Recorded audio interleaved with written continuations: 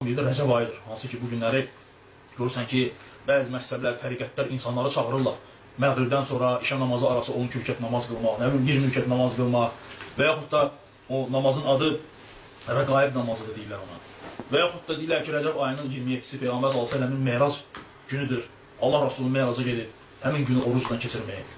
Və yaxud da bu ayda müxtəlif günlərdə oruç tutmaq, kimdir oruç tutarsa sanki neçə ay oruç tutanın savabını qazanır və s. kimi rəvayətlər gətirirlər ki, hansı ki bu rəvayətlərin heç birinin səhihliyi barəsində heç bir şey varid olmuyor. Və bu rəvayətlərin əksəriyyəti də necə ki alimlər deyirlər ki, mühəddislər uydurma rəvayətlərdir. Səhih də deyirlər, zəif də yox, uydurma.